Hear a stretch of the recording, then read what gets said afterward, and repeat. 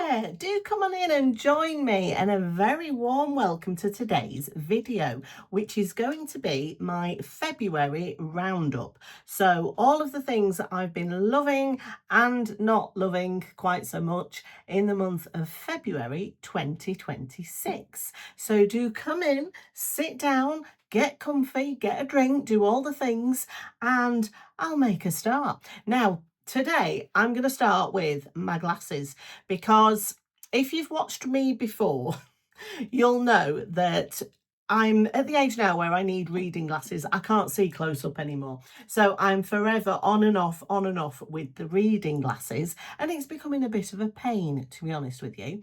So I've been to the opticians and I've got myself some varifocal spectacles, or progressives as they are sometimes known.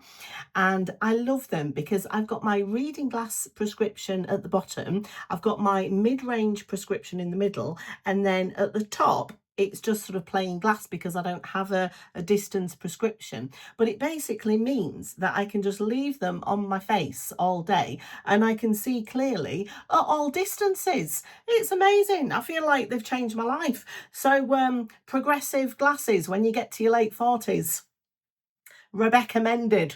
Right, now let's start with some products, shall we?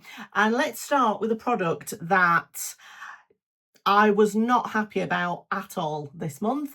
And if you have watched my channel over the last 4 weeks, you'll know what I'm going to say. Estee Lauder decided to reformulate their classic, iconic double wear foundation.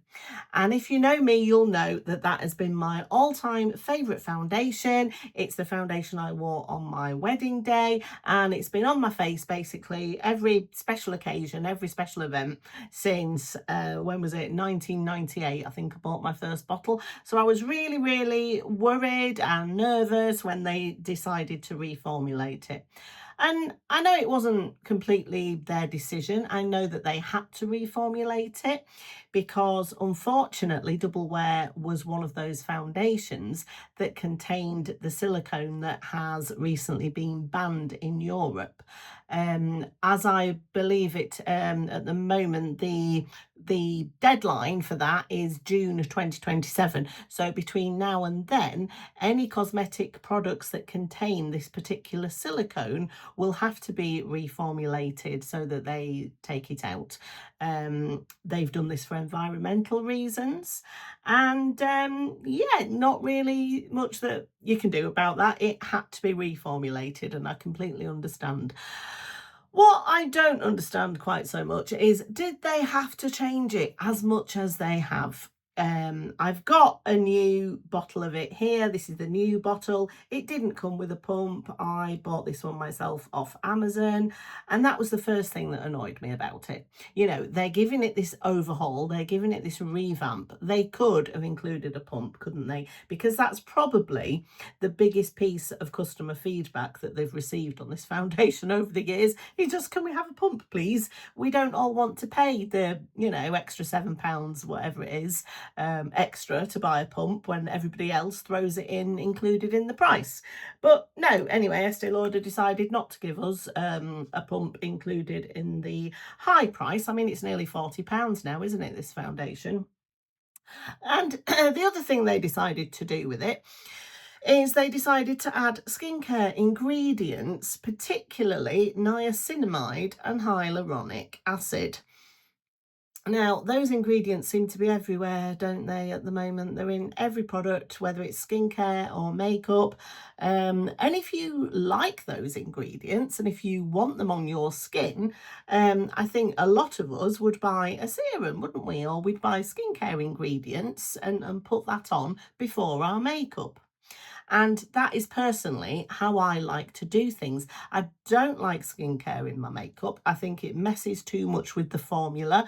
As an oily skinned person, I like my foundation to be matte and long wearing and bulletproof. And I just find that those skincare ingredients they make it too glowy, too dewy, and it just doesn't last. It just does not last on my skin. So that was another thing that annoyed me too. As you saw though, I did buy a bottle. I'm wishing I'd just got myself a sample really just to try, but I went ahead and I bought the whole bottle. So I am trying to find ways of making it work. I've been experimenting with different primers and with different powders to use over it, and just to see if I can sort of tweak it in any way to try and make it work. I haven't found anything yet, but I'm going to carry on in this quest. And if I do have any success, then absolutely I'll come on and I'll do a video and I'll let you know what I've found. So, in the comments on that video, a lot of you have asked me what am I going to use instead as an alternative. And I did say in the video that my Lancome Tentidol Ultra Wear is a good alternative. And I also really like the Revlon Colour Stay foundation, and I'll be using that one as well.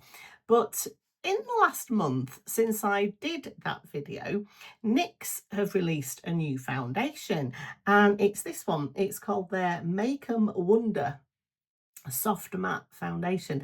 And in February, I also did a video on NYX makeup and my favourite products from that brand. And I'd bought a bottle of this, but the bottle that I used in that video was a bit too light. It was, I think it was shade number 8, vanilla, and it was very, very light on me. If you saw the video, you'll know what I'm talking about.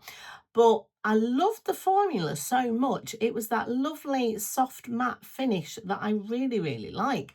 So I thought I'm going to get myself another bottle of it in a colour that is a better match for me and see what I think. So I went out and I bought this one. It's shade number 11, Classic Ivory, and I'm actually wearing it today. And I think it's a really good colour match for me, and I absolutely love the finish.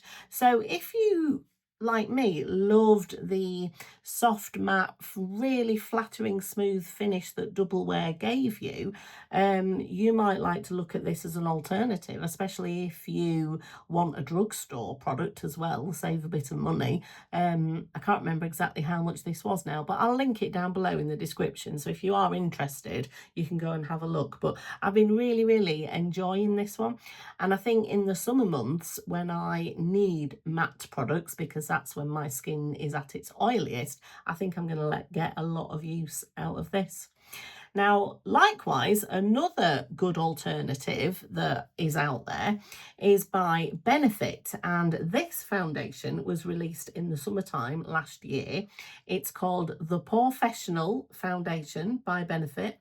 What shade is this? It's shade 5C, Confident. And this is another really, really nice, long-wearing matte foundation. I would say it's even more matte than this one. Personally, I think this one is best used over a primer, like over a smoothing primer on me, because it is really, really, really matte, this one. And the primer that I've been using under it, I've got a high-end and a drugstore option that I will recommend to you. But the drugstore option is my Revlon Photo Ready Prime Plus. I've spoke about this loads in my videos. To me, this is one of the best drugstore primers that you can buy. It's very smoothing, it's perfecting. It really does help to smooth out the pores, and I love it. And I'm getting low on this now. I need to repurchase it, and I will be repurchasing it because I think it's great. If you want a high-end primer, the one that I really, really like, it's actually by Charlotte Tilbury. And I'm not a big fan of Charlotte Tilbury, actually. There's one or two products in her line that I really do like. This is one of them. The rest of her products, I can take them or leave them, to be honest with you. But this primer, I think, is beautiful. And it's SPF 50 as well. So in the summer, if you don't want to wear much makeup, just put on a good SPF primer. And it really does a fantastic job at calming down my redness, it evens out my complexion, it fills in my pores, it softens fine lines.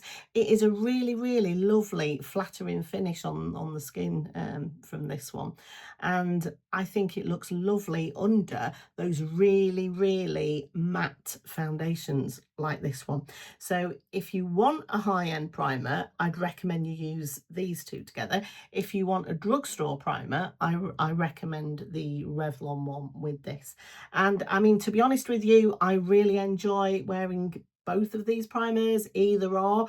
I actually think they give similar results on my skin. I'm not saying they're the same, I'm not saying they're dupes or anything like that, but I get a similar look on my skin. So it's up to you, you know, whether you want to spend or splurge. I'll leave that decision down to you. But I'm equally as happy using either of those. And I think for now, at this stage in my quest to find a replacement for double wear, I'd recommend one of these. And isn't it funny how they kind of look alike, don't they, with that hot pink colour on them? Yeah, but really, really like them as well. Right, let's move on to another item of makeup that I've just discovered this month in February. Now, have you been to a Maybelline counter recently? Because they have launched these beautiful lipsticks and they're actually called Serum lipsticks. And I've got this one in the shade Fit Check 108 and it is absolutely gorgeous. It's so pigmented and it's hydrating, it's smooth. I love this shade of pink for a start. I'm not actually wearing it today, so I'll put some on. Just grab my mirror. But the opacity that you get from it and the staying power that you get from it, it smells gorgeous too. And I'm always really, really impressed with Maybelline's lip products. I love them. Those lifter lip glosses, their liners. I think they do really, really well in terms of their lip products. And I've been absolutely loving wearing this. What is it even called? I don't know, but I love the packaging. It says Maybelline there, and you've got these letters sort of stamped onto the lipstick as well that spell out Maybelline. But it's been lovely, and I've got the liner, the lifter liner that goes with it as well. These two are both in the shade Fit Check, and I think they're beautiful. And yeah, really, really gorgeous shade. I'm going to get a lot of wear out of this. I've got two more makeup products to talk to you about, and I have mentioned both of them on this channel in the last month. They are, I'd say, the most standout makeup products that I've used in the last month. And one of them featured in the Max Factor video that I did. I don't know if you managed to see that one. I'll link it below if you missed it. But in that video, one of the products I used was a mascara primer. And if you know me, you'll know I don't normally bother with mascara primers. I've never really found one that's made that much of a difference. But the one I used in that video was different to any I've ever used before. And the thing that made it different is that it's blue. And it's this one. It's the Max Factor False Lash Effect Max Out Blue Primer. And let me just show you the colour of this mascara. I mean, look at that. That's proper sort of cobalt blue, isn't it? And at first I was a bit scared. I thought, I'm not putting that on my lashes. But the idea of this is, obviously it's a primer. So you put it on, you let it dry down a little bit, and then you go over it with your black mascara. And the fact that it's blue, it kind of mixes in with the black of your mascara and it makes the black look even darker. It makes it look even blacker, and it's a beautiful primer in that my lashes are lengthened when I use this. They're separated, they're more fanned out, and no matter what mascara I put over this, it looks lovely. Now, obviously at the moment, if you know me, I say obviously, it might not be obvious. If you have watched me before though, you might know that my favourite mascara of the moment is the L'Oreal Panorama in All Night Black. Love it. And I've been using that over this and it's gorgeous. I've absolutely been loving it. And yeah, that was a surprise because when I first bought this, I thought there's not a chance I'm gonna like this, but actually it's become a favourite. So there's that. Now, if you saw the last video I did actually last week, my full face of makeup under £5, well, where each individual product was under £5, you would have seen me use this blush. It's by collection. It's under £5. I think it's about £4.99, so it's only just under £5. But it's this beautiful blush duo, and I love this the most for the powder blush. So you get this lovely, silky, soft powder blush. And you also get this cream blush, which is really, really pigmented. And I love it. I've got it on today. And I've been really enjoying wearing that peachy corally shade on my cheeks. And I just think for spring and summer, it's beautiful. And I just can't believe how smooth and soft this powder blush feels. You get a really, really lovely amount of pigment from it. It's more on the matte side, but again, it's not a completely flat matte. I just think for the price, it is absolutely fantastic, and it is the best drugstore blush that I've found in a long time. The cream side, I don't use as much, if I'm honest. It's really, really, really pigmented. Look at that. You have to be very, very careful if you're going to use this. I mean, wow, a little goes a long way with the cream side. So, you know, a light hand is required. But for me, I just absolutely love this powder side.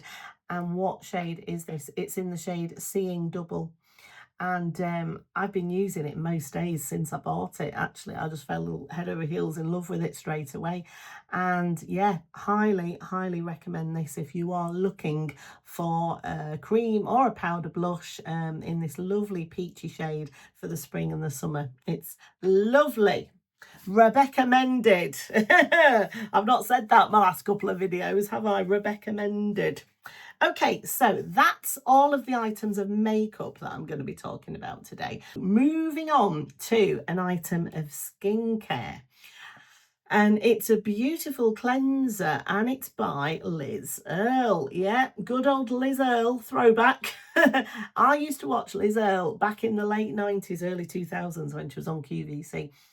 And that was when I first started trying out some of their skincare products. And the original Cleanse and Polish, it was really unique at the time, wasn't it? It came with that muslin cloth as well, and it just took off all of your makeup in one go. And I really, really did like it at the time. But obviously, since then, new cleansers have come out. I've got into more balm style cleansers since then. But I've stuck with the idea of washing it away with some sort of cloth, usually just a flannel that you can get, you know, inexpensively in Boots. But I've stuck with that sort of technique of massaging it into my face and then rinsing it off with a hot wet cloth. And that all started with Liz Earle for me. And I found this one, I thought it was limited edition actually, but you can still buy it. It's the cardamom and chamomile version, and it smells gorgeous.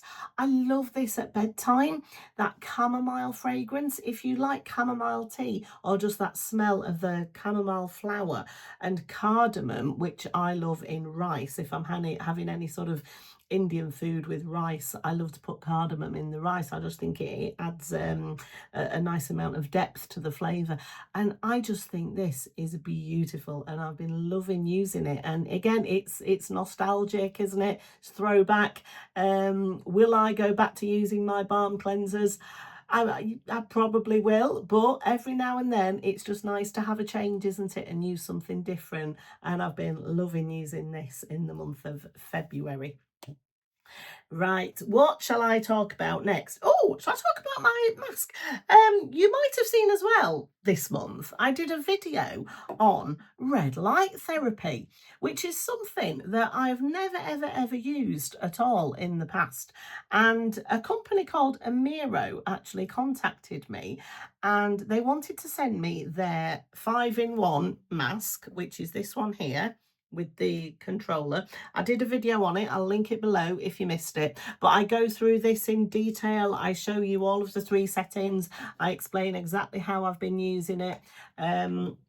It's early days. I've been using it now for I'd say a month and a half, and I think with things like this, it takes at least 3 months really to see any beneficial effects in terms of anti-aging, wrinkle smoothing of fine lines and wrinkles, my redness, that sort of thing. I think it's going to take at least 3 months. But a positive thing that I have noticed from it so far is that since I've been using it, I haven't had any blemishes.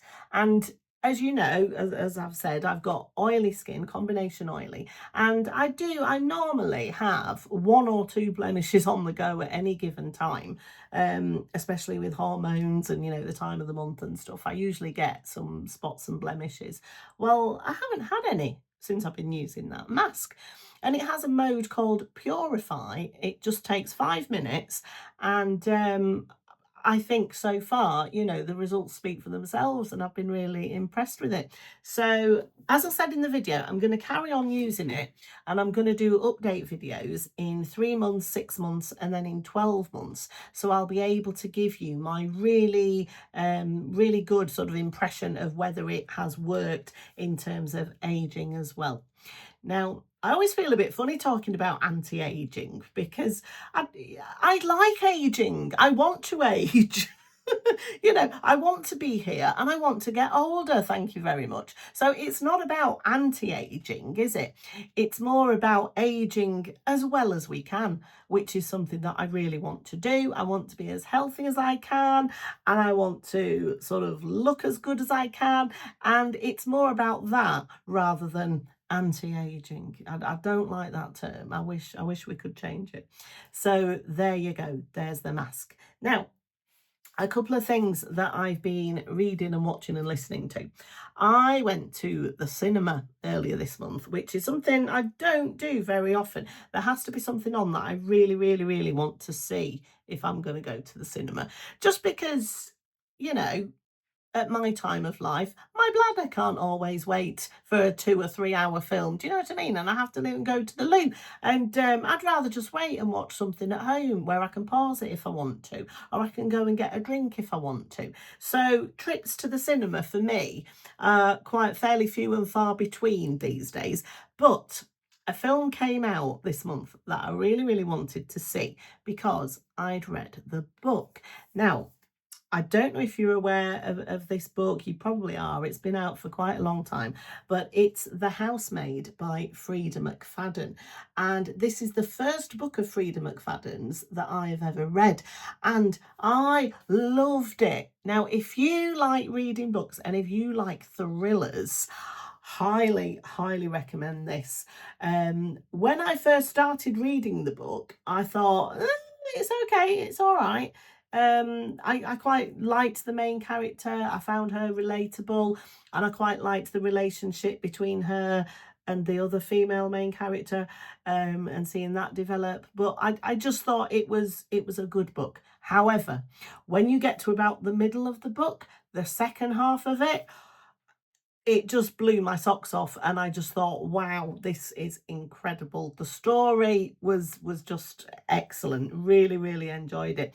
And I'd say the same for the film too. It's about a 2 hour film, and I'd say the first hour you just think, yeah, it's an okay film, nothing special about it really. But then that second hour, oh my goodness, it's all kicking off, and you cannot leave it alone, and it's really good. It really sucks you in, and I'm not going to say too much just in case you haven't seen it or read the book. I highly recommend you do. I know not everybody's into reading, are they? And I think the film, it does like stand alone as a good film. So if you don't want to read the book, I still think you'd enjoy the film. But if you are somebody who enjoys books, I think you definitely should read this because it is really good.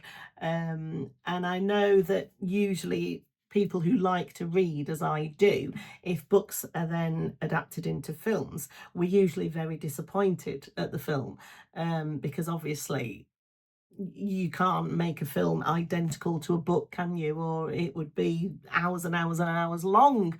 But I think they did a decent job. There's a couple of the characters that were explored in a lot more depth in the book that I kind of wish they brought that into the film. But you know, if you're making a 2-hour film, there are things that you have to leave out, aren't there? Obviously, but I think they did a good job. So there you go. That is The Housemaid, and I definitely recommend that. The next thing that I have been loving in February is Bridgerton's been back on, hasn't it? Oh my word, I absolutely love Bridgerton. It's just pure escapism, isn't it? And I just love the clothes, the costumes, the music, the decor, the buildings. Oh, everything about it. I just love to put it on at bedtime because it's a really nice way to wind down at the end of the day and just get in that really sort of warm, fuzzy, relaxed state before you go to sleep. And I've loved season 4. I think season 1 is my favourite. Season 2 and 3 I enjoyed. They were all right. But season 1 I thought was always the best. Well, season 4 now, it's back. And I am enjoying this one as much as I enjoyed season 1. And oh my goodness, Benedict, the lovely Benedict. Oh, I think he is my favourite of all of the Bridgerton siblings. I really do. I think he's the most complex of the characters. He's got a lot of depth to him. If you've seen it, you'll know what I mean. He's not just a simple character, is he? There's a lot of layers to him. And Sophie as well. I love the fact that we're getting to see the other side of life in those days. We're getting to see how life was for the staff of these very well-to-do households. And I just love her character and that relationship between them. Yeah, so Bridgerton, dearest gentle viewers, go and watch Bridgerton. It's fabulous. Now, the last thing that I have been listening to is a podcast, and it's called Murder They Wrote. And it's presented by husband and wife team Ian Sterling and Laura Whitmore. Now, if you like podcasts, I do. I love them. If I'm driving, if I'm going on long journeys, or even if I'm just doing some housework around the house, I'll stick on a podcast, and it just makes the time go a bit quicker, doesn't it? Again, if you know me, you'll know I love thrillers, I love mysteries, murder mysteries, oh yeah, true crime, oh definitely, I love that most of all actually in a podcast, and that's what this one is about. It's Ian and Laura, they are married to each other and they are discussing true crime cases. And it's really, really entertaining. Obviously, they're discussing some horrible, awful cases, but they do it really well. They get the points across and they get them across, quite sensitively if that's what's needed. But their relationship and the sort of banter between the two of them makes it really quite entertaining and funny in parts as well. But yeah, I've just been really, really enjoying listening to them. So if you are on the lookout for a new podcast and you like true crime, Murder They Wrote, Ian Sterling and Laura Whitmore, recommended. And there you have it. That's all of the things that I've been loving in the month of February. And one thing that I've been hating, hate's a strong word, isn't it? But I'm going to use it because I'm not happy about this. But anyway, we're moving on. We're moving on. There's alternatives. There's alternatives. And I saw Risa Does Makeup the other day and she was talking about Nars. Nars have brought out a new foundation and it's matte and it's long wear and it's meant to be full coverage. And her first impressions of it were quite good. And anything that Risa likes, I usually like because she is a more mature lady with oily skin, as am I. So I do like to listen to her recommendations. So I might get myself a sample of that and try it out and see what I think. But yeah, there we go. Let me know what you think. What have you been loving in the month of February? What have you not been liking at all? Have you tried any of these products? Have you seen or read The Housemaid? How did you feel about the new updated version of this? Let me know. Have you ever used red light therapy? Let me know as well. And yeah, love reading all your comments. Thank you so much if you have ever written to me. Really appreciate it. And thank you so much if you've subscribed as well. If you've enjoyed this video and you haven't yet subscribed, I'd really appreciate it if you'd consider it. It's free for you to do and it really helps my channel to grow. So thank you all so much, and I'll see you again in my next video. Bye.